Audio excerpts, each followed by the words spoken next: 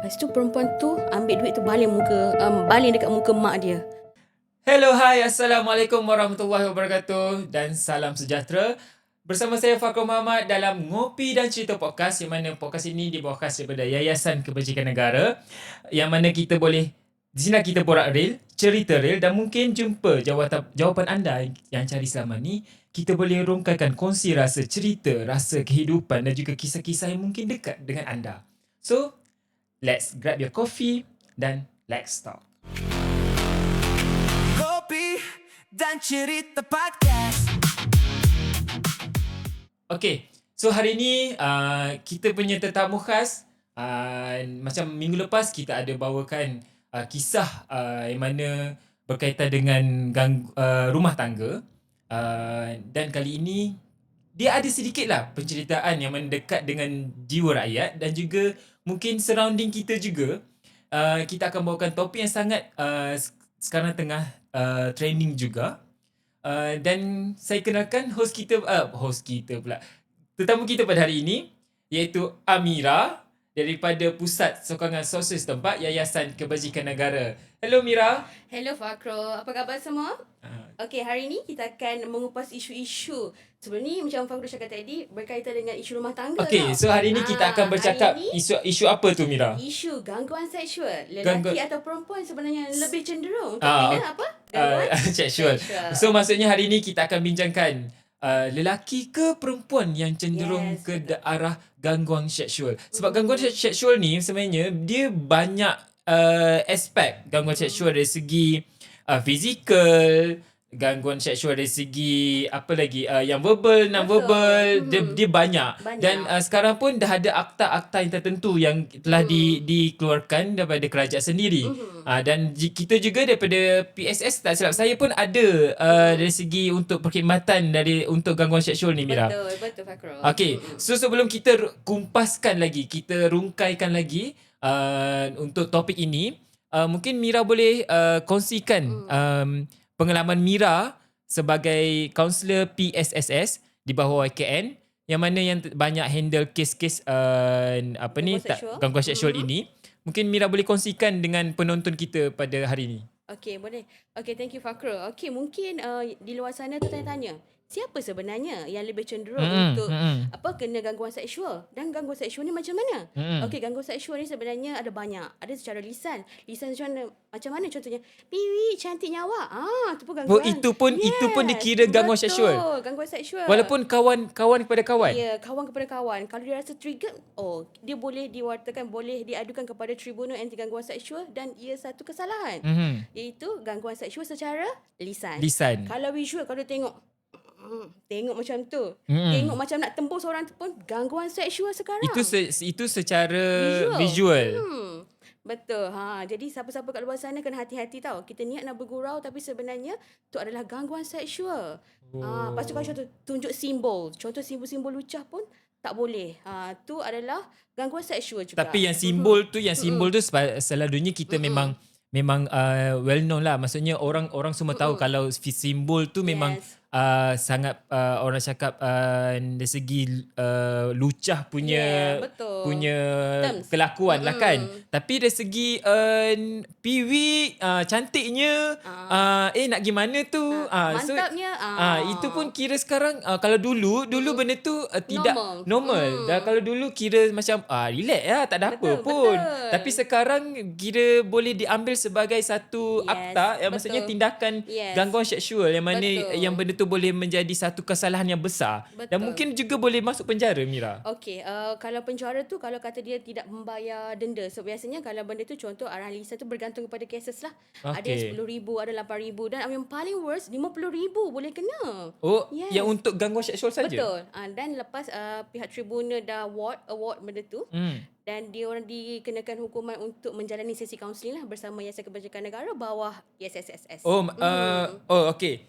Saya pun ada baca juga yang mana untuk gangguan seksual ni dia telah wujudkan satu Tribunal Anti Gangguan Seksual. Betul. Yang mana telah diwujudkan pada tahun kalau tak silap 2000 23. 23. Okey. So maksudnya sekarang dah ada tribunal anti Ada gangguan tribunal, seksual. ya, So betul. maksudnya sekiranya adalah mangsa yang terlibat dengan gangguan seksual ini, mereka boleh laporkan di Boleh. anti gangguan seksual dan mendapatkan perkhidmatan kaunseling Yes. kepada PSSS. Betul. Kalau contohlah sahabat-sahabat di luar sana pernah menjadi mangsa gangguan seksual, Mm-mm. okey, macam mana cara dia? Mm-mm. Okey, dia boleh juga orang kata datang ke jumpa dengan kaunselor dekat PSSS di bawah YKN, ataupun okey, dia boleh terus orang kata buat aduan terus kepada tribunal, tapi kena bayar RM30 lah untuk dia buka dia punya File. file. Nanti pihak tribunal akan panjangkan lah, akan uruskan kes, tengok evidence everything, dan benda tu akan orang kata diorang akan tengok penelitian lah sama ada kes tu macam mana. Okey, saya nak share sikit kat sini lah Fakrul. Okey, contoh ada sebelum Ini cerita the real case. The Real Case. Yeah, Oh the okey, real case. ini yang best ni. Macam Yeah. minggu lepas kita The Real Case adalah keganasan rumah tangga. Betul. Sampaikan ada yang record video. Yes. So mungkin kali ini mungkin kita boleh rungkaikan cerita sebenar Yeah. yang macam saya cakap tadi, mungkin kita boleh kongsi, kita boleh cerita kehidupan yang sebenar yang mana yang cerita ni mungkin boleh kita relate dengan orang luar lah kan. So betul. kita boleh dengar sedikit Mira punya perkongsian yang Mira pernah handle kes sebelum ni. Okey, untuk Fakrul kan kita tengok biasanya kita ingat perempuan yang biasanya yang kena gangguan seksual. Lelaki mana? Oh, yang paling worst sekarang lelaki. Lelaki dalam 80% okey. lelaki tau baru Fakrul. nak tanya statistik Yeah. yang trending adalah lelaki. Ya, lelaki. Maksudnya lelaki di luar sana kena beware. Macam mana lelaki boleh kena gangguan seksual mungkin ni? sekarang Selalunya perempuan yang terkena sebab tarikan pada lelaki itu adalah perempuan. Mungkin lelaki sekarang dia macam hello kot. Macam jambu-jambu. Jadi lelaki di luar sana tu beware. Anda so, adalah beware mangsa. Aswad. Kadang-kadang ni bahaya ni Aswad. Okay. Okay. So Mira boleh cerita. Okay, the real case yang Mira handle sebab kes ni adalah orang kata Mira menjalankan sesi kaunseling kepada pelaku. Pelaku gangguan seksual, bukan mangsa. Okey, maksudnya kepada pelaku yang buat lah, yang buat. Okey. Okey, ada satu kes tu. Okey, dia ni kerja kat salon. Okey, kerja kat salon. Okey, kita tahulah biasa salon ni dia akan lembut-lembut sikit. Okey, dia kata, "I dah biasa tau, I massage semua dekat leher. Lepas tu dekat sini, lepas tu dia raba-raba kat bahagian dada, and then yang paling worst dia masukkan tangan ke Ini pelaku. Ya, pelaku tu. Pelaku tu kerja dekat salon. Dekat salon. Okey, lepas tu dia cakap, I massage lah kat bawah tu. Macam cakap, kenapa you massage? Biasanya kalau foreigner dia suka benda tu. Ini bukan salon ni. Yes. Lepas tu Mira tanyalah dia, benda tu tak normal. Cakap bagi foreigner diorang suka. Diorang cakap benda tu adalah terapi sebab penat bekerja, diorang akan beri massage. And kenapa sampai kat bawah? Dia kata benda tu untuk meregangkan dan juga awet muda. Yes. Tapi benda tu rasanya no. Itu bukan dekat massage ke? Itu bukan dekat spa and massage ke? Yes. Ni pelik kan? Sebab tu Mira cakap dekat dia, okay, it's not the right thing. Contoh sebab apa? Kalau melibatkan kat bawah tu adalah gangguan seksual. Dan dia dikena denda RM60,000. Paling tinggi. Betul. Fakrul. Ya. Maksudnya orang tu kena denda ke? Yes, betul, pelaku tu. Sebab apa dia massage kat sini, kat leher, lepas tu turun sikit dekat dada, lepas tu masuk kat bawah. Siapa yang buat report dekat? Cuba teka siapa yang buat. Kebetulan ada dia punya tunang. Tunang dia yang buat report. Tunang kepada mangsa. Yes, betul, tunang kepada mangsa. Jadi siapa-siapa kat luar sana, kalau contohlah ada mangsa gangguan seksual, okey, boleh tolong juga untuk laporkan. Tak, yang peliknya ini kan tempat potong rambut. Apa masalah dia yang pergi sampai yang kalau kita tahu lah kalau pergi potong rambut tu setakat yang macam meregang-regangkan leher itu normal lah sebab dia macam untuk kita punya relaxkan kepala, tapi sampai ke dada, sampai ke tempat yang tidak sepatutnya itulah yang itu bagi dia kena mungkin Mira pernah tanya tak yang pelaku tu adakah dia jadi addict sebabkan dia buat benda tu ke macam mana?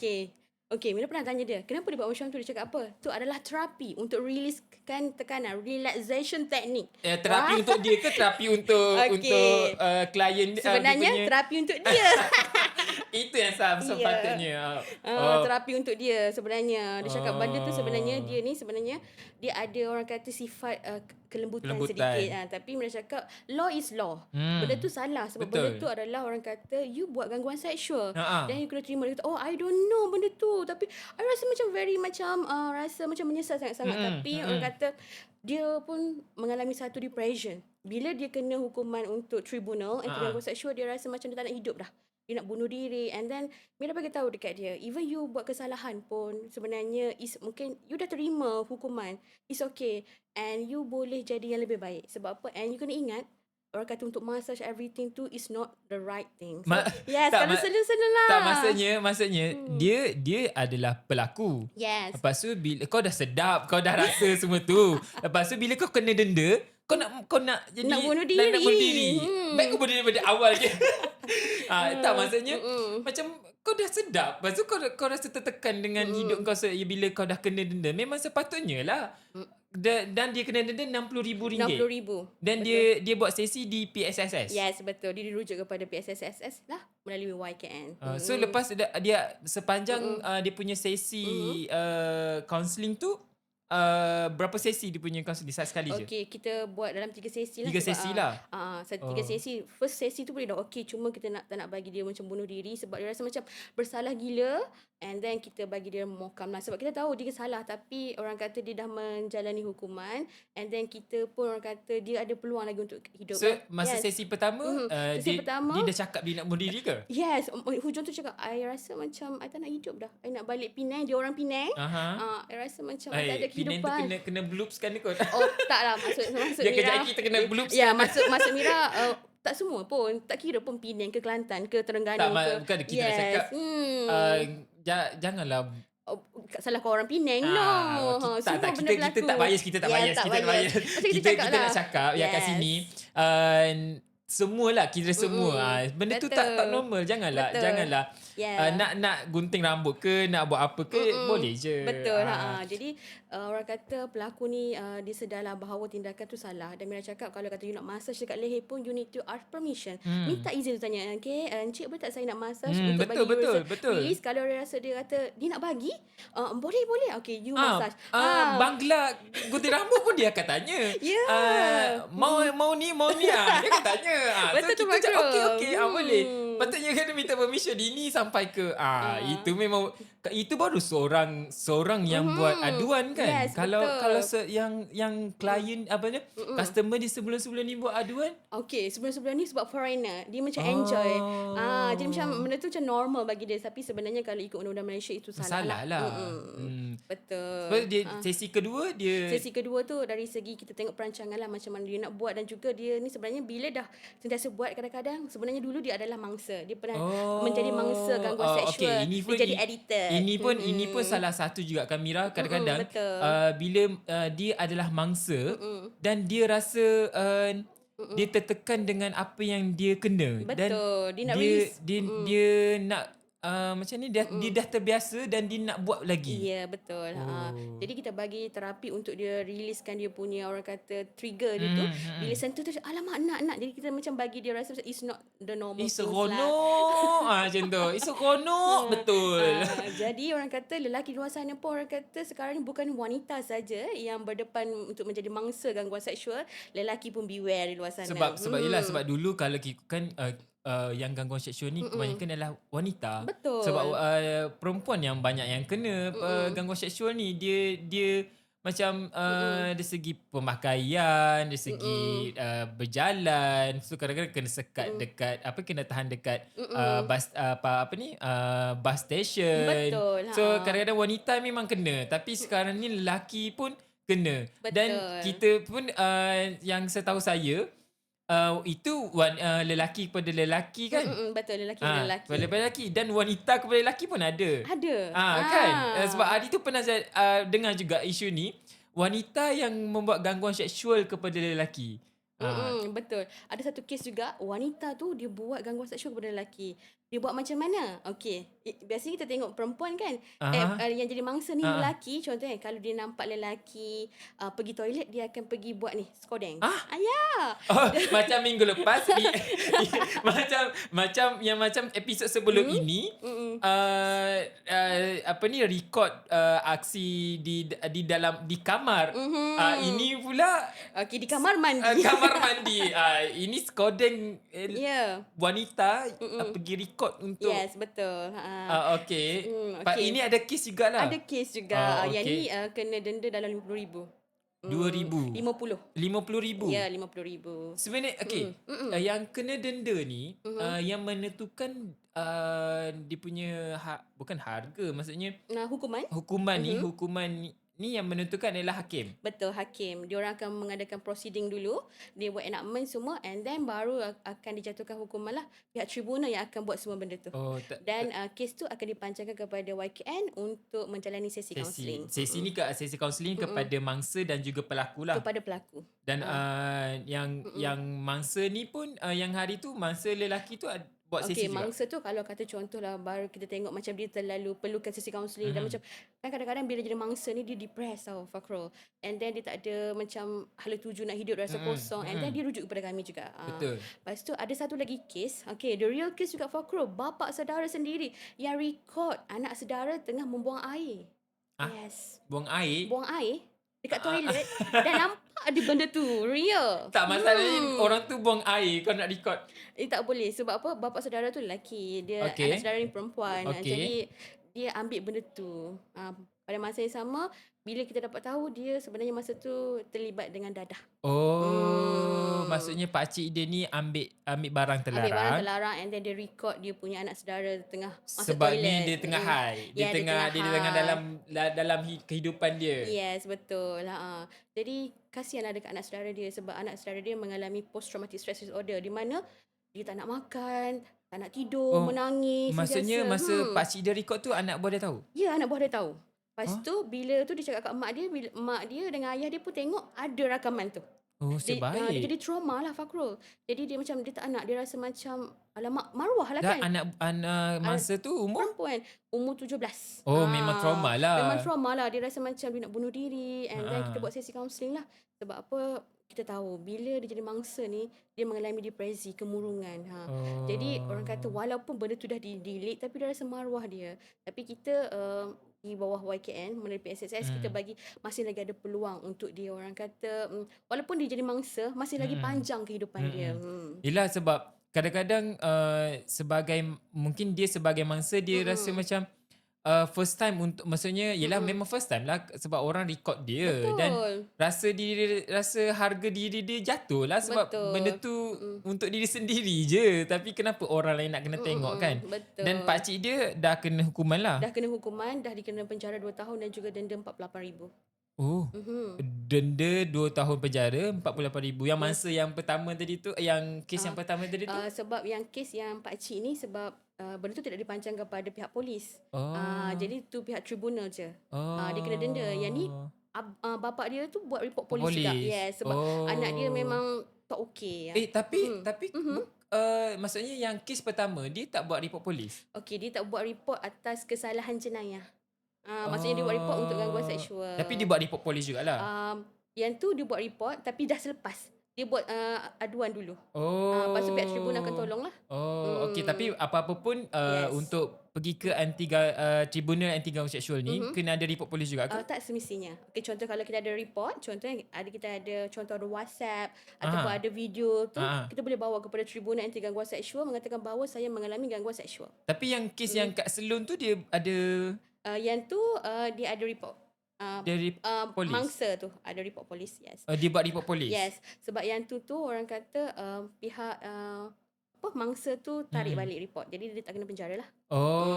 Kesian mungkin lah. Mungkin kasihan sebab 40-an. Dan macam kenapa 40-an tunjuk tinggi? tak.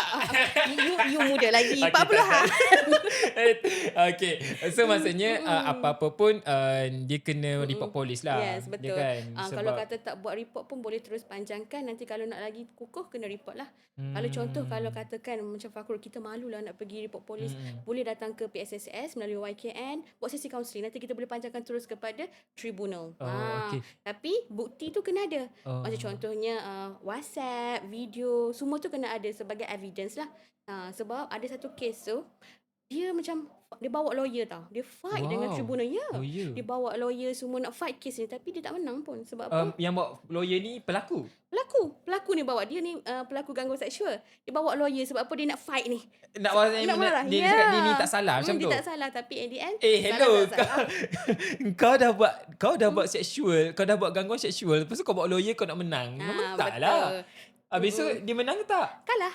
Okey. Tapi dia dengan yakin ni dia bawa. Yakin. Saya yakin saya tidak bersalah. Tapi orang kata bila kita melibatkan undang-undang, bila ada black and white, bila ada akta, salah tak salah. Jadi, ini kes ni gangguan seksual dari segi macam mana? Yang ni itulah yang seluk tu. Oh, dia yang bawa lawyer? Ya.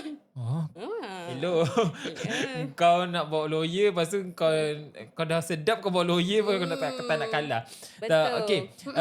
Kalau ikutkan dari segi gangguan seksual ni, macam kita cakap tadi lah, kita ada dari segi lisan, kita ada dari segi visual dan lagi fizikal kan. Tapi kebanyakan sekarang fizikal tu mungkin dia sebab fizikal adalah terdedah seorang nampak. Tapi adakah dia punya gangguan seksual sekarang ni mana yang lagi banyak? Maksudnya macam mana gangguan seksual dari segi macam mana yang lagi senang dan orang cakap terdedahnya, senangnya nak buat gangguan seksual ni? Secara visual. 50% kebanyakannya gangguan seksual secara visual lah. Sebab dia boleh hantar WhatsApp, boleh hantar video, boleh hantar semua. Lepas satu lagi kan Fakrul, saya nak cerita lah. Okay, kita tengok kita ingatkan orang kata orang yang berpendidikan rendah ataupun golongan yang tidak berpelajar lah membuat gangguan seksual. Tak.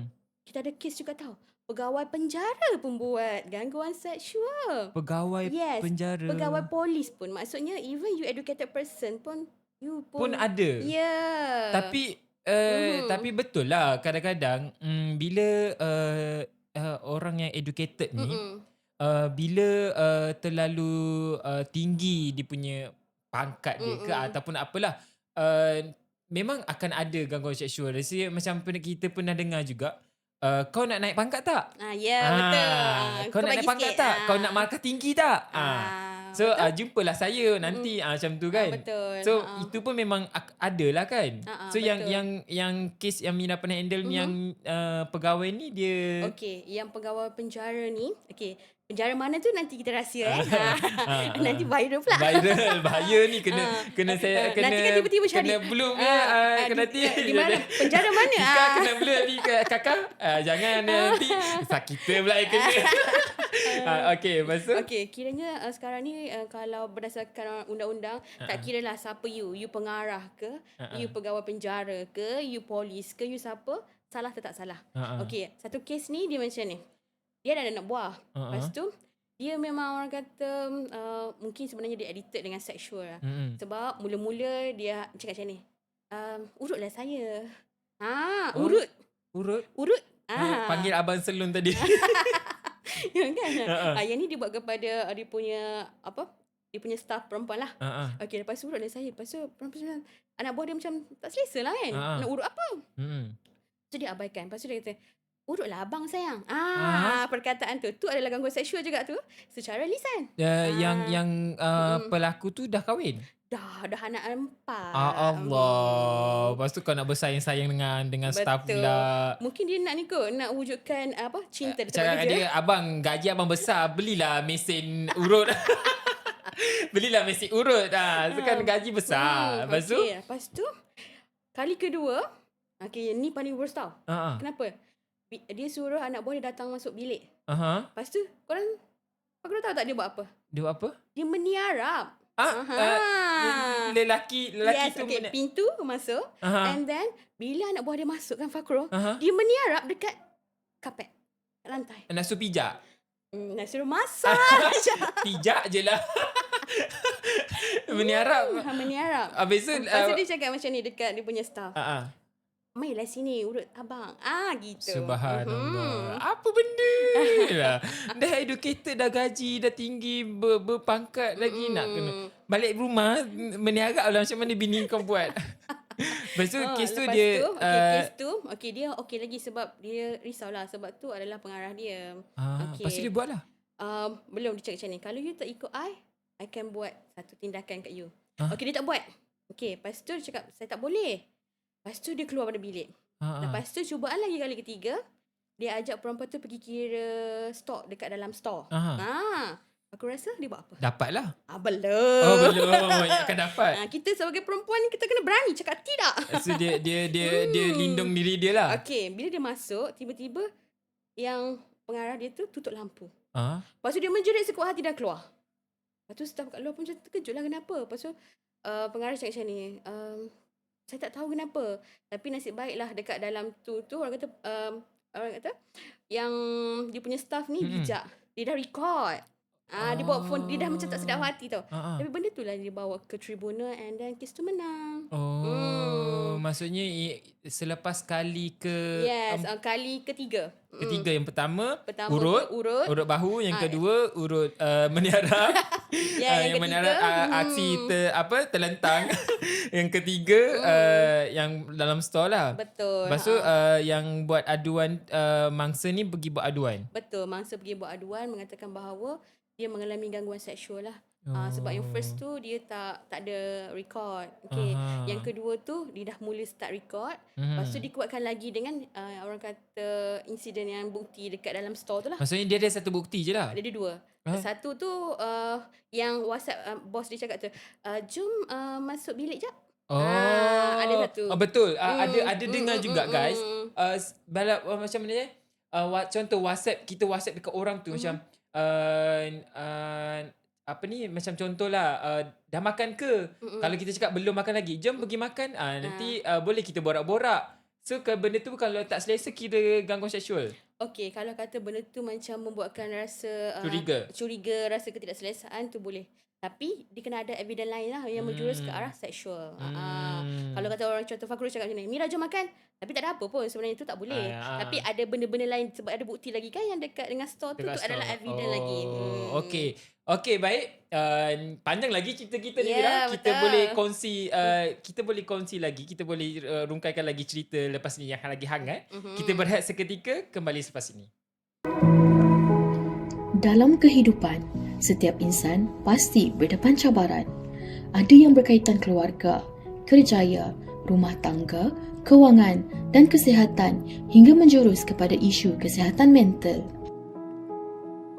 Isu kesihatan mental di negara kita semakin membimbangkan. Ramai yang mengalami tekanan, kebimbangan dan kemurungan. Di sinilah Pusat Sokongan Sosial Setempat PSSS hadir sebagai tempat rujukan.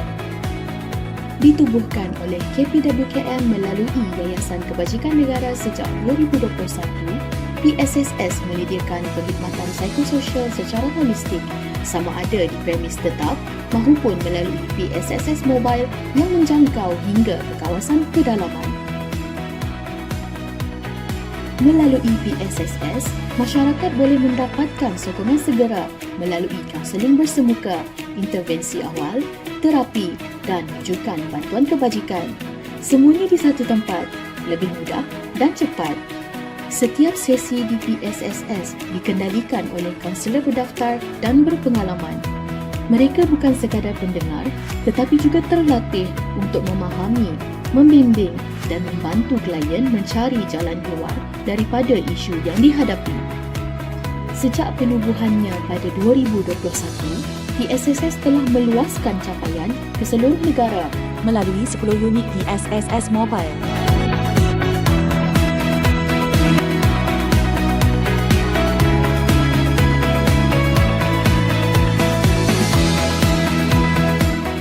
Sehingga 30 September 2025, lebih 130,000 individu telah menerima manfaat perkhidmatan PSSS daripada pelbagai lapisan masyarakat termasuk wanita, remaja, warga emas, kaum lelaki dan kanak-kanak. Antara isu utama yang dirujuk ialah tekanan, masalah kos sara hidup, rumah tangga, pekerjaan dan gangguan seksual. Pusat Sokongan Sosial setempat, kami dengar, kami bantu. Hi, welcome back guys ke Ngopi dan Cerita Podcast, yang mana podcast ini dibawa khas daripada Yayasan Kebajikan Negara. Kita ada kes ini yang mana orang OKU sendiri adalah pelaku gangguan seksual. Korang terfikir tak? OKU tapi boleh terjebak dengan gangguan seksual. Betul. Dan dia adalah pelaku sendiri. So Mira, macam mana cerita tu Mira? Okey, biasanya kita ingatkan Fakrul, pelaku gangguan seksual ni mestilah orang kata orang normal. Tapi dia sebenarnya adalah OKU. OKU dari segi orang kata tak boleh cakap, bisu. Dan juga pekak. Macam mana dia buat gangguan seksual? Dia OKU pekak. OKU pekak dan juga bisu. Pekak dan bisu. Okey. Dia ni bekerja di satu syarikat lawyer firm. Lawyer firm. Dia kira berpendapatan. Ya. Lepas tu dia adalah kerja yang kira dah firm lah untuk dia. Yes, Maksudnya betul. memang ada pendapatan tetap. Tapi kenapa nak Okey. Sebab apa jadi macam tu? Okey. Yang ni sebenarnya walaupun dia pelaku gangguan seksual kan Fakrul, Mira rasa sedih sikit bila Mira handle kes ni. Sebab apa? Biasanya kalau kes yang lain kita macam nak bagi pengajaran, tapi yang ni macam menyentuh jiwa Mira. Sebab apa? Dia dah pekak, bisu. And then bila Fakrul tengok dia macam, naknya ya Allah. Orang itu macam baik sangat. Betul ke dia? Ya, dia pelaku. Dia nampak kalau tengok tu, ya Allah, na'udzubillah lah, baik sangat orangnya. time tu Mira buat sesi dengan dia? Betul, Mira buat sesi dengan dia. Dia datang, jumpa. Lepas tu dia datang dengan parents dia. Mak dengan ayah dia. And then tengok, yang ni ke puan? Ya, ni anak saya. Umur masa tu 24 tahun. Lelaki. Dia gangguan seksual dari segi macam mana? Okey. Gangguan seksual secara visual. Sebab, okey, dia merakam. Orang kata video. Contoh contoh, kalau dekat lift, dia letak phone kat bawah and dia record. Ya, dia record kat bawah. Kalau orang tu pakai dia nampak. Dia akan record. Dia edited benda tu. Dia record. Lepas tu, dia record lagi. Dalam phone dia, ada 26 video. 26 video. Dia adalah producer kepada video tu lah. Ya, dia betul. record sendiri 26 dia record video. sendiri. Okey. Maksudnya kalau 26 video tu dah lama lah dia buat kan? Dia dah buat benda tu dalam 3 tahun. 3 tahun. Lamanya. Dan parents tu very surprising. Terkejut sangat. Yelah. Okey. Tak sangka lah dia OKU kot. Betul. OKU. Dan orang kata, bila Mira tengok kan, dia macam, dia kan OKU, pekat dan bisu. Mula-mula tercakap, tulis lah. Lepas tu, bila mak dia cakap, tu bahasa isyarat, kita macam belajar juga, nak tanya dia. Lepas tu kita berkomunikate lah. Buat pandai lah. Tapi and dia cerita, orang kata, dia jadi macam tu, okey. Kita boleh tengok lah, dia punya rakaman tu ada yang warna hijau, warna merah. Nampak. Mira tengok video tu. Ya, ada. Yelah, kena tengok lah kan sebab nak kena ni kan. Lepas tu, macam-macam lah ada. Ada yang mulus, ada semua. Dia dah record benda tu. Okay. Sebab apa dia jadi macam tu? Okay. Rupa-rupanya bila kita buat proses penerokaannya Fakrul, dia sebenarnya dibuli di tempat kerja. Okay. Dia diberi overload. Work dekat dia. Semua kerja dekat dia. Dia berdendam dengan orang yang... Yes, betul. Dia berdendam Fakrul. Contoh, kau buat aku buat engkau. Dia berdendam yang orang bagi workload dekat dia tu lah. Betul. Tapi itu adalah salah. Kalau ikut undang-undang, report je lah dekat JDK. Betul. Jadi benda tu tak boleh. Kalau isu tu kita ada masalah tempat kerja and orang tu buat kita, tak boleh buat macam tu. Tu adalah kesalahan melalui orang kata gangguan seksual. Lepas tu dia cakap kat dia, it's not the right thing lah sebenarnya. Betul lah. Fakrul kan buat macam tu. And then orang kata bila dia dah biasa buat macam tu kan Fakrul, dia jadi edited. Dia jadi seronok. Bila tengok seronoknya. Yelah. Nak tengok warna apa lagi. Sebab bila dia buat kali pertama, lepas tu dia cakap, ui, cantiknya. Pernah buat tak? Tak apalah, terima kasih. Cantiknya. Nak lagi lah. Siapa next? Betul. Dia jadi macam edited tau. Mula-mula dia buat benda tu sebenarnya sebab untuk release tension je. Sebab dia nak balas dendam. Okay, kau buat kat aku macam ni, aku buat kat kau. Aku nak tengok macam mana. Tapi benda tu lama-lama dia jadi seronok. Masa yang pertama dia adalah yang... Orang kata dia punya boss juga. Yang bagi tekanan dekat dia lah. Yes, betul. Lepas tu yang kedua tu dia punya second boss. Lepas tu pegawai dia sebab dia kerani kan. Lepas tu orang-orang yang orang kata dia. Lepas tu bila dia dah seronok dia pergi dekat bus stop semua naik tu dia dah letak dah. Macam mana dia letak? Okey. Tu nak tanya juga macam mana dia letak. Rupanya buat phone dia terjatuh. Orang tu langkah ke apa. Macam tu. Lepas tu kan dekat lift pun dia macam, dia buat jatuh, dia tolak kaki. Benda tu dia dah record kat atas. Dia tolak. Bijak. Tak sangka kan. Lepas tu kan, dia cakap, macam mana dia buat kan. Dia letak pun dia tolak. Ataupun dia guna apa? Yang dashcam yang kecil tu. Apa tu? Benda yang macam, yang kecil yang record tu pun. GoPro tu ke? Yang tu pun pernah sekali dia letak kat bawah. Dia tolak.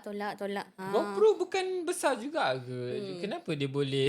Macam mana Bijak dia? Dia macam kreatif. Macam terfikir juga macam mana. Tapi video tu memang ada.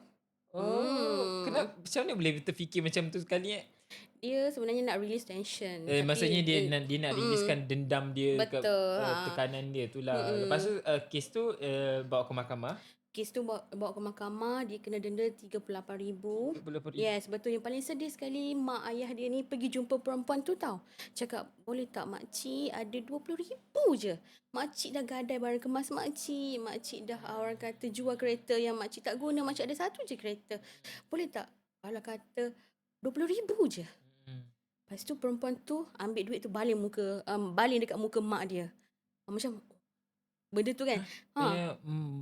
Maksudnya yang bos dia juga. Okey, tak. Okey, yang bos dia tu, betul. Bos dia tu lah. Mak bapak dia yang pelakon ni pergi jumpa bos dia pergi lah. jumpa cakap makcik sebab dia kena dekat tribunal 38. Tapi parents dia ada duit RM20,000 je.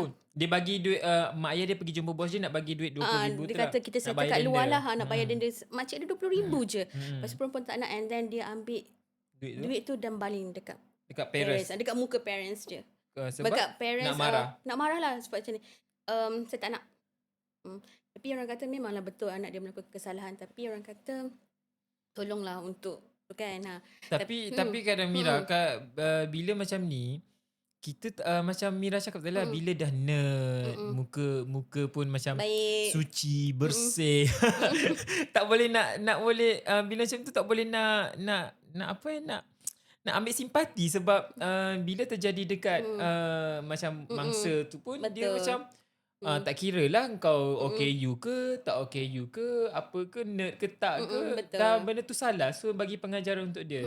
So benda tu memanglah selayaknya lah kan. Ya, betul. Itu pun mengajar. Orang kata kalau kata siapa pun dia, OKU ke orang kata lelaki ke perempuan, kalau buat kesalahan tetap kesalahan. Jadi kita kena beware. Gangguan seksual ni banyak benda. Jadi kalau kata kita ni nak marah ke orang tu, dendam ke apa, jangan gunakan gangguan seksual tu, contoh ambil record everything semua tu sebagai untuk kita release Maksudnya kalau dah stres sangat, maksudnya dendam sangat, janganlah buat benda yang tak sepatutnya. Betul. Pergilah yang macam pergi laluan yang betul lah, maksudnya kan. Kalau dah rasa dendam sangat, contoh pergi bagi tahu ke apa ke, bagi maksudnya selesai dengan cara baik. Betul. Ni kalau buat macam tu, balik kepada kita balik. Ya. Fakro, bayangkan yang orang kata pelakon tu menangis teresak-esak tau depan Mira. Macam Mira, kita as a counsellor kan, kita tak boleh menangis depan klien. Macam dalam hati, subhanallah, cepatlah. Macam menangis-nangis. Dia menangis teresak-esak. Mak dia pun menangis macam, subhanallah, kita nak buat apa. Tapi dia sebagai pelaku, kita kena jalankan tanggungjawab kita untuk buat sesi bahawa itu adalah satu kesalahan. Lepas tu kes tu dibawa ke mahkamah lah. Okey, yang tu dia nak minta untuk kurangkan, dan Mira cakap dekat dia, pihak YKN tak ada orang kata autoriti tu pembidang kuasa untuk tolong, tapi dia boleh buat rayuan kepada tribunal untuk kes tu. Tapi rasanya kes tu tak boleh juga, kena bayar juga RM38,000. Jadi orang kata dia silap langkah pergi masuk mulut harimau. Naga sekali. Pergi masuk mulut naga sekali, tempat firm kot. Lawyer firm yang silap lah. Memang habis lah. Memang lawyer lagi pandai kot. Betul. Kalau kita tahu, dia lagi tahu. Memang akan salah lah cerita dia kan. Okey, baik. Mungkin kita ada juga selain kes OKU ni, ada lagi tak cerita yang lagi menarik? Okey, yang lagi menarik, kita pergi kepada orang kata pelajar universiti pula. Sebenarnya ada satu kes. Okey, pelajar universiti ni lelaki. Lelaki, mahasiswa. Mangsa. Dia lelaki. Dia pernah kena gangguan seksual seawal umur 6 tahun. Ish, dah lama. Yes, dah lama. Oleh siapa? Bapa saudara dulu. Lepas tu masa umur 10 tahun, oleh cikgu dia sendiri dekat sekolah. Okey, bila umur 18 oleh kawan dia pula. Jadi macam mana dengan dia? Tak jap, dia mahasiswa, dia time tu umur Okey, masa tu dia umur sekarang dalam 20 tahun. 20 selama tahun. dia umur dia daripada 10 Dia kena gangguan seksual masa umur 6 tahun lagi. 6 Masa tahun. kecil lagi. Ya Allah. Kanak-kanak lagi. Bawah Bapak umur. bapak bermula saudara dengan dia. bapak saudara, lepas tu cikgu, Lepas tu kawan dia sendiri. sampailah sekarang. Ya, sekarang ni kiranya dia dah macam kena sikit-sikit lah macam tersentuh bontot. Lepas tu hari tu mula-mula Dia ceritalah. dia cerita. jenis Okey, dia. kes ni, kita kan turun outreach kan, SSS kan, mobile. Lepas tu ada satu kes ni. Lepas tu Mira tengok lah, kenapa borang dust dia tinggi? Lepas tu Mira tanya lah. Dia cakap macam ni, saya nak jumpa kaunselor lelaki. Lepas tu Mira cakap, Mira buatlah proses penolakan, tanya, apa sebenarnya berlaku? Nampak benda ni, nampak macam banyak sangat benda yang orang kata dia simpan. Lepas tu dia pun cakap, saya sebenarnya kena gangguan seksual. Lepas tu kan Fakrul, dan juga penonton di luar sana, kalau dia kena gangguan seksual, ada tak kesan-kesan fizikal kepada dia? Tak adalah. Ada. Dia jadi lembut. Dia jadi macam feminine. Dia duduk macam ni. Gitu. Dia macam gaya dia tu dia lain. Perubahan diri dia. Ya. Maksudnya kalau siapa-siapa pernah kena gangguan seksual, orang kata kita kena ambil tindakan yang orang kata yang cepat. Jangan pendam. Maksudnya dia bila dia kena gangguan seksual daripada umur 6 tahun. 6 tahun. So bila terlalu lama masa dia akan jadi perubahan dekat diri dia. Dia jadi feminine. Dia jadi orang kata jadi macam perempuan. Dia jadi takut. Dia jadi macam minat ke lelaki kalau nampak macam Fakrul. Sebab dia dah biasa. Seronok. Yes. Dia jadi berubah. Sebab dia dah kena. Dia dah biasa kena gangguan seksual. Betul. Sebab apa? Dia cakap dia tak pernah pun cerita kat siapa-siapa pun. Termasuk mak dengan ayah dia. So family dia tak tahu? Tak tahu. Maksudnya kes pakcik dia yang pakcik dia buat tu dia tak tahu? Tak tahu. Dia menyimpan rahsia tu selama 20 tahun. Lepas tu dia cerita dekat Mira. Sebab tu kita bagi dia release lah walaupun menangis sebab dia kena tu. And then kita panjangkan kes ni kepada tribunal.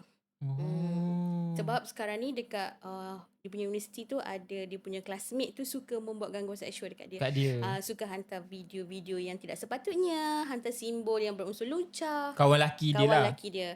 And then kalau siapa-siapa kat luar sana, kalau contoh dapat benda macam tu, kita kena cakap tak boleh ataupun saya tak selesa. Kita kena cakap. Kalau tak nanti dia akan hantar lagi. Perempuan laki kepada laki, laki kepada perempuan, perempuan kepada laki pun. Maksudnya benda ni jangan normalisasikan. Betul, jangan normalisasikan benda tu dan cakap just kidding. No. Dia benda tu adalah salah. Betul. Lepas tu dia buat apa panggil sesi kaunseling dan dia cerita daripada journey kisah dia daripada awal sampai dia kena lah. Dan sekarang ni alhamdulillah dia punya tu dia Indian tau. Dia willing cerita dengan kita. Maksudnya orang kata tak kira lah siapa dia, mangsa tu orang kata bila kita berjaya orang kata cari repo tu maksud hubungan yang baik dengan klien, dia akan cerita. And then now alhamdulillah daripada yang feminine daripada 80% tu sekarang dia dah 50% dah. Dah okey dah. Dah berubah sikit. Dah berubah dah. So dia cerita macam mana dia kena dekat mana pada okey, macam mana? Mila tanyalah, macam mana you kena? Okey, mula-mula. Okey, pakcik dia baring. Dia cakap, okey. Dia panggil nama klien tu. And then tolong massage dekat sini. Dekat bahu. Okey, lepas tu what's next? Aku rasa kat mana? Bawah. Belum lagi. Dada dulu. Masa-masa kat dada dulu. Masa tu umur 6 tahun. 6 tahun. Okey. Budak tu tak tahu apa lagi. Dia tak tahu apa. Okey, dia cakap macam tu. Lepas tu letak oil, minyak. Bagi okey. Lepas tu tapak kaki. Lepas tu naik kat paha. And then dia pun suruhlah massage tu. Pula. Lepas tu dah lama-lama bukan tu saja, lebih ke arah yang lain lah pula. Maksudnya dia ditidurkan. Ya, betul. Ditidurkan. Sehingga koma. Oi, so dia cerita tak dia umur 6 tahun. 6 tahun. Lepas tu dah dinodai oleh pakcik dia sendiri. Lepas tu guru dia. Dinodai oleh pakcik dia tu berapa kali? Dia tak cerita. Okey, dia cerita seminggu 2 kali. Bayangkan berapa lama? Dalam tempoh 2 tahun. Keluar pakcik dia, lepas tu kerja kat tempat lain sekarang. Dia duduk sekali dengan pakcik dia Ya, ke? betul. Mak, ayah dia, lepas tu abang dia, pakcik dia. Pakcik dia tu belum kahwin lah. Belum kahwin. Lepas tu dia bila dah kena dekat pakcik dia tu memang pakcik dia dah buat dekat dia dan cikgu dia pun buat juga benda yang sama benda dekat yang dia. sama dekat sekolah. Dalam toilet. Pula. Sepatutnya guru menjaga Menjaga, anak murid. mendidik Ya, anak, tapi ni mendidik murid, menyongsangkan. tapi merosakkan murid. Dan cikgu tu buat perkara yang samalah. Kira menodai pelajar sendirilah. Sehingga koma. Sehingga koma. Dan di sekolah tu sehingga dia umur 12 tahun. Okey, betul. 10 tahun, 11 tahun, 12 tahun. 3 tahun lah. 3 tahun lah. Bapak dia. Lama kan? Lama. Aduh. Dan semua tu di toilet. Di toilet. Dan itu secara paksaan. Secara paksaan. Lepas tu di sekolah menengah dia kena juga. Di sekolah menengah, dikena oleh kawan dia pula. Kawan dia buat benda yang sama. Benda yang sama. Sekolah asrama penuh. Ya, betul. Mengkomakan dia. Mengkomakan dia. Mengkomakan dia tu tidak pakai inilah. Oksigen lah. Lepas tu sambung di universiti. Betul. Tapi universiti tidak dilakukan seperti tidak dilakukan sebelum hanya ni lah. visual Cuma je lah. Visual dan juga sentuhan sajalah. Tapi dia masih lagi trauma lah sebab Betul. benda tu dia daripada umur dia 6 tahun dia 6 tak tahu tahun. apa-apa benda tu. Dan dia Betul. mestilah macam pelik. Apa pakcik aku buat ni? Dan sebab dan benda ni macam betul ke ni? Dan dia sebab dia budak. So betul. dia pun tak tahu nak cakap apa dekat mak Betul. dia, ayah dia kan. Okey. Mira tanya juga dia, Fakrul, kenapa tak bagi tahu dekat parents? Dia cakap, saya tak nak menyusahkan mak ayah saya. Saya tak nak bagi dia rasa sedih. Saya ni orang kata dah dikotori. Maksudnya saya ni orang kata tak nak menyusahkan sebab mak ayah saya ni dah tua. Saya tak nak menyerabutkan kepala dia, merisaukan dia, dan biarlah dia simpan. Macam mana cakap, bila makin kita pendam, lama-lama kita akan rasa macam rasa kosong, rasa tak dihargai, rasa macam stres, rasa macam depressed. Lepas tu risau nanti apa pula kalau mak ayah tahu macam mana. So cakap, okay, kalau you tak nak bagi tahu, you kena releasekan juga benda tu. Betul. And you kena berubah. You jangan jadi macam, bila you dah kena, you akan jadi macam, tak apalah, I pun suka je lelaki. Tak boleh. Dia cakap macam tu. Sebab You dia kena akan berubah. dia akan jadi addict juga kan benda Yes, ni kan. betul, Sebab macam kes yang tadi yang kita cerita tadi. Betul. Bila dia dah yang selun tadi tu kan, sebab dia pernah kena dan dia pun akan buat dekat orang Dia jadi pelakul. pelakon pula. Macam ini dia pun rasa macam dah kena, lepas tu dia rasa tak apalah aku dah pernah kena. Betul. So biar je lah orang nak buat. Jadi dia rasa macam seronok, tapi mereka cakap it's not the normal thing lah. Normal lah, betul lah. Tapi alhamdulillah lah, tapi dia tidak buat lah kepada siapa-siapa. Cuma dia rasa macam bila nampak lelaki-lelaki handsome, dia macam excited. Lepas tu mereka cakap, benda yang first thing you kena buat, you kena buang rasa cinta dan sayang pada lelaki. Dia kena control lah. Yes, betul. You kena control and you kena buang sebab it's not normal. Yelah sebab tapi mungkin susah untuk dia lakukan sebab dia daripada umur 6 tahun sampai umur 20 tahun mengalami benda tu dan nak buang secara mendadak tu mungkin susah lah untuk dia. Tapi macam kita sebagai PSS ni mungkin kita boleh nasihatkan macam mana untuk kawal, macam mana untuk relaxkan diri kita bila terkena ke apa. Tapi yang pentingnya kalau kena buat report. Betul. Ada lagi satu, Fakrul. The real case juga, pelajar MRSM. Lelaki. Datang jumpa, masa tu kita buka program, kita buka track dekat Perak. Dia mangsa tau. Pelajar pandai tau. Okay. Sebab apa? Dia ni orang kata, dia dah orang kata bercinta dengan lelaki. Sebab apa? Dia pernah menjadi mangsa keganasan rumah tangga. Dia pernah menjadi mangsa gangguan seksual. Dinodai. Keganasan rumah tangga yang episod lepas gila.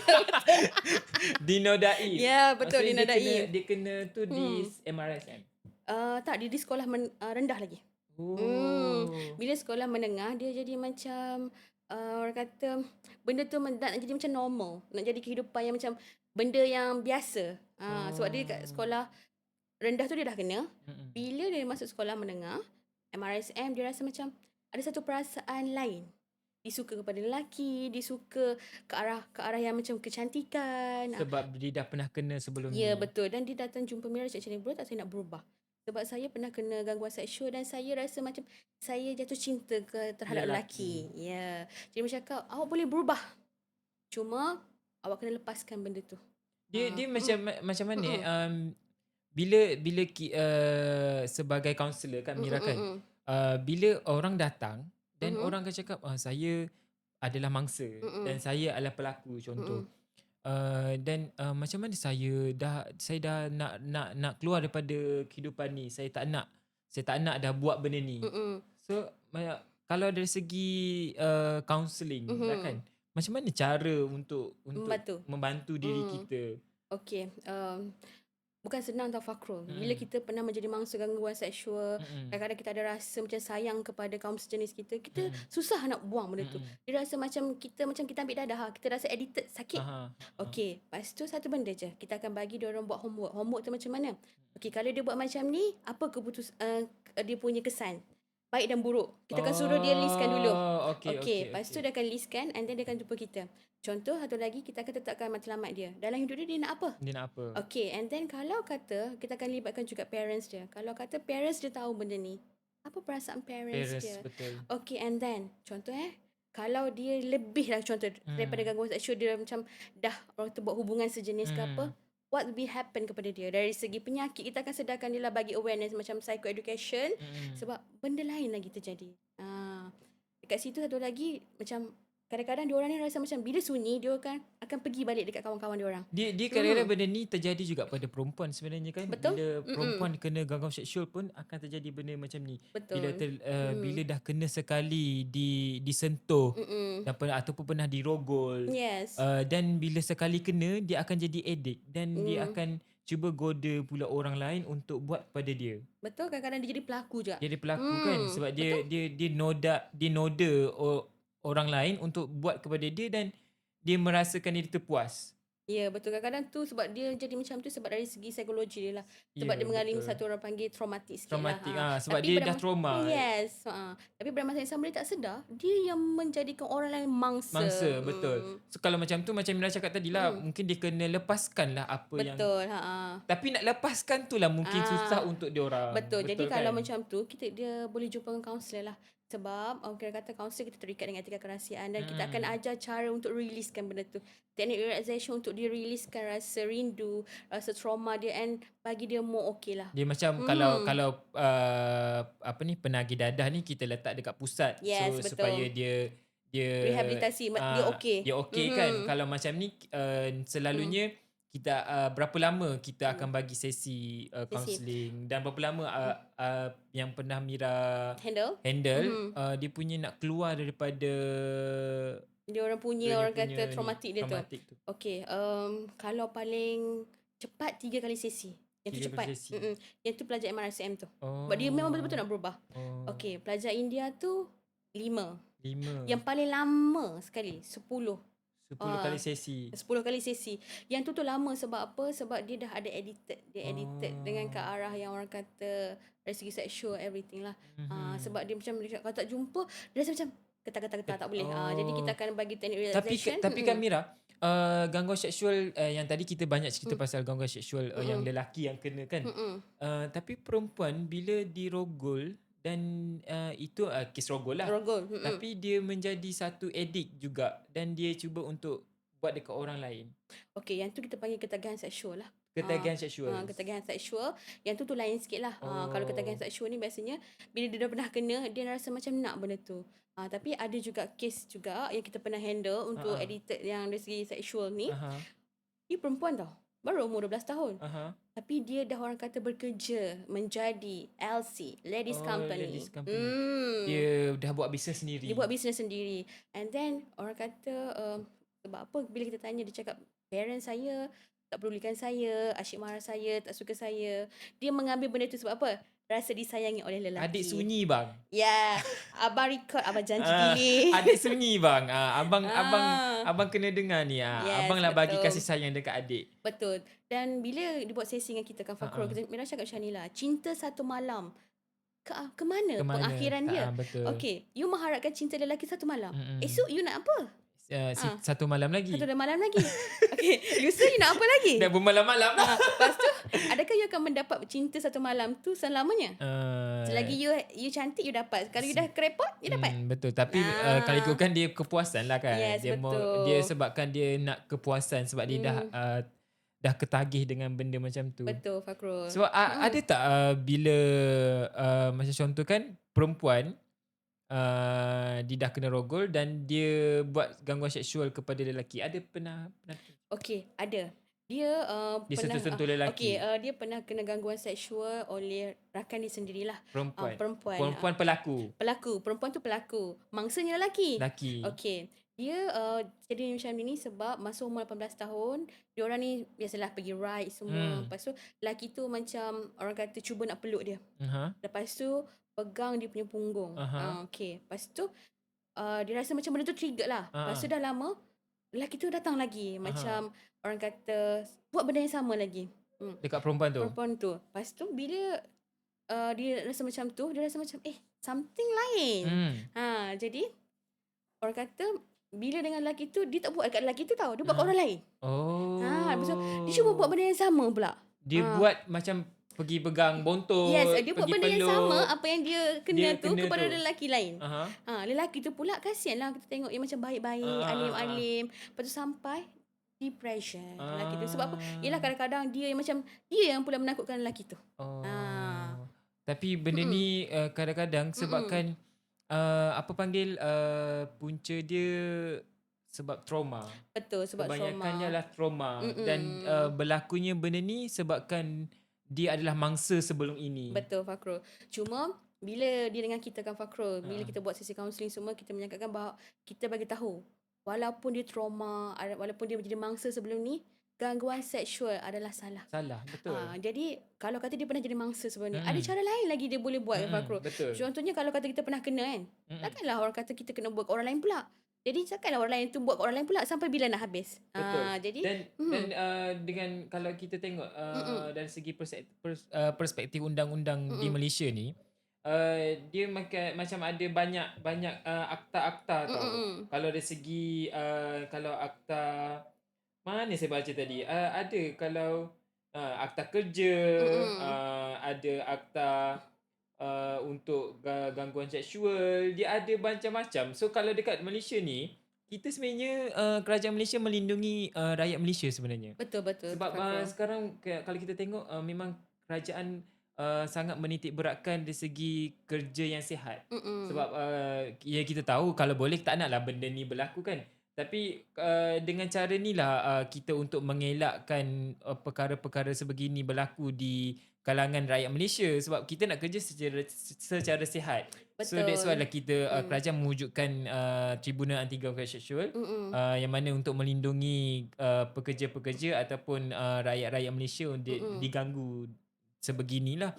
So kalau dari segi side Mira sebagai kaunselor PSSS lah, apa nasihat Mira kepada penonton di luar sana adalah mungkin dia mangsa ataupun mungkin dia adalah pelaku atau mungkin dia kawan-kawan kepada mereka ni untuk kita bagi nasihat ataupun tips sedikit lah macam mana untuk keluar daripada terjebak dengan perkara begini ataupun kalau dia sebagai kawan dia nampak kawan dia buat, boleh bagi nasihat macam mana? Betul. Okey. Kepada yang kat luar sana, okey. Kalau katalah kan ada kawan-kawan yang mengalami gangguan seksual ni, okey, bagi tahu ataupun mangsa sendiri, jangan pendam.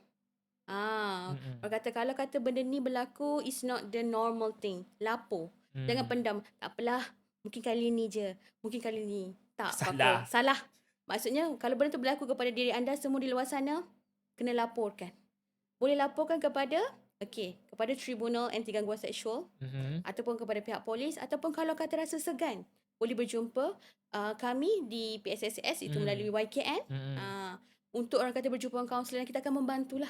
Okey. Dia boleh WhatsApp lah. Boleh WhatsApp, kita tak ada masalah. Nanti kita bagi number. Okey, lepas tu satu lagi, macam mana kita nak buat tu? For sure kena ada bukti-bukti ya Fakrul. Contoh kalau you pernah kena gangguan seksual, you kena simpan tu. ada dia punya perbualan ataupun dia punya rakaman, everything lah. Tapi kalau kebanyakannya itu adalah dari segi visual lah. Okay, yang tu visual. Lepas tu kalau kata dia orang kata secara lisan pun kita boleh record. Contoh jadi macam ni. Sayang, jom keluar urut sikit. Tu pun boleh. record. Maksudnya kalau kata dah sekali dia pernah cakap kat kita macam tu, mungkin akan ada kali kedua. Kali kedua. Yes. Jadi kena ada bukti-bukti tu supaya senang. Bila benda tu diprosidingkan, orang kata nanti hakim akan tengok dan benda tu akan jatuh terus. Walaupun dia ada lawyer ke, tak ada lawyer pun, InsyaAllah kita boleh menang. So kalau dari segi fizikal sangat susah lah kan nak Okay, nak kalau dapat bukti fizikal, okay, contoh kalau ada bukti kawan ke apa, boleh record. Ataupun kawan tu, jadi saksi contohnya Fakrul pernah ada kawan ni nampak dia kena gangguan seksual secara fizikal. Contoh kita record lah. kita record tu pun you boleh jadi saksi dia. Saksi. Yes, betul. Kalau tak ada sangat, mungkin kita boleh buat report secara sesi kaunseling lah. Tapi yang tu take time jugalah. Sebab dia tak ada bukti apa-apa kan. Betul. Tapi kalau macam contoh cara untuk kita riliskan benda tu supaya macam yelah kita adalah mangsa dan kita of course lah buat report kan. Lepas kita buat report mestilah kita ada trauma tu, kita ada rasa macam tertekan. So macam mana kalau dari segi counselling ni kita nak lepaskan supaya benda tu tidak berada dalam fikiran dan badan diri kita. Biasanya kalau jadi mangsa gangguan seksual ni, for sure kita akan mengalami kerisauan, anxiety, risau tanpa sebab. Nanti jadi macam mana kita maruah takut, macam mana, takut takut. kan? Nanti apa nak jadi dia risau melampau, overthinking. Dan kita jumpa dengan orang pun kita jadi takut. Betul. Kadang-kadang kan, contoh kalau kita pernah kena dekat bilik air, takut nak pergi, takut lah. Kita rasa macam trigger lah sangat. Lepas tu, okay, tu adalah trauma. Okay. Sekarang ni kita kena cakap kat diri kita, everything settle and kita kena pergi juga kat tempat tu. Contoh kita takut kat, kita kena dekat toilet takutnya nak pergi, takutnya. Kan, kita kena melangkah masuk. Kita kena cabar diri kita. Macam kita tengok cerita hantu ke macam kita rasa takut, kita macam trauma dan kadang-kadang benda tu rasa macam walaupun bayangan kita je sebenarnya tak ada pun. Kita takut nanti dia record lagi lah dekat altitude kat sini dia takut kan. Jadi kita kena cabar diri kita cakap nothing happen and kita kena buat. Contoh bila kita yakin lama-lama okey. Kalau kita tak pergi kat situ jadi overthinking and kita akan mengalami depression. Macam mana? Kita akan duduk dalam bilik, tak nak keluar, kita akan menangis. Kita rasa diri kita kosong, kita rasa macam tak ada harapan, dan rasa itulah jijik. Boleh bunuh diri kan? Yes, jijik dengan diri sendiri. Sebab tu bukan salah kita tau. Sebenarnya kita mangsa. Why you nak habiskan hidup you ataupun you nak korbankan kebahagiaan you? Sebabkan you adalah mangsa. Now kita, orang kata kalau siapa-siapa mangsa di luar sana, you ada hak untuk memperjuangkan hak. Okay, sekarang ni kalau contoh, kita menjadi mangsa gangguan seksual, kita boleh panjangkan kepada tribunal and kita akan dapat duit tu. Tapi bukan nilainya sebenarnya. Maruah. Tapi maruah kita tu terbela juga. Jadi sekarang siapa kat luar sana yang orang kata mengalami gangguan seksual ya Fakrul, jangan malu untuk tampil ke hadapan, untuk share, untuk laporkan kes ini. Orang kata kalau you gangguan seksual is not just kidding, but it's adalah benda melanggar undang-undang. Dan macam Mira cakap tadi, buat laporan. Yes. Dan di Kementerian Pembangunan Wanita Keluarga dan Masyarakat pun, Mira, mereka ada talian kasih 15999 yang mana kita boleh buat report dekat situ. Kita boleh call je. Dia 24 hours. 24 jam 7 hari. Yes. Dan boleh buat report, boleh call dia orang sendiri 15999 untuk buat laporan. Dan sekarang pun mereka ada buat konten awak okey tak? So benda tu lah yang mereka boleh lontarkan lah. Dan juga kita ada PSS juga. Boleh juga buat laporan dekat situ lah. Betul. Okay, so mungkin kita boleh lagi merungkaikan topik ini. Sangat menarik sebenarnya. Banyak lagi benda kita rungkaikan. Dan mungkin kita boleh sambung lagi part 2 lah kot kan. InsyaAllah. Banyak lagi sebenarnya yang boleh kita ceritakan pasal sexual harassment ni. Betul. Sebab banyak kes yang berlaku di Malaysia sekarang. So itu saja untuk hari ini. Mungkin kita boleh jumpa lagi di lain hari, di episod akan datang. Dan jangan lupa follow kami punya media sosial di bawah ini. Dan jangan lupa subscribe kami punya podcast. Okay guys, see you soon dan selamat berhujung minggu. Terima kasih. Assalamualaikum warahmatullahi wabarakatuh.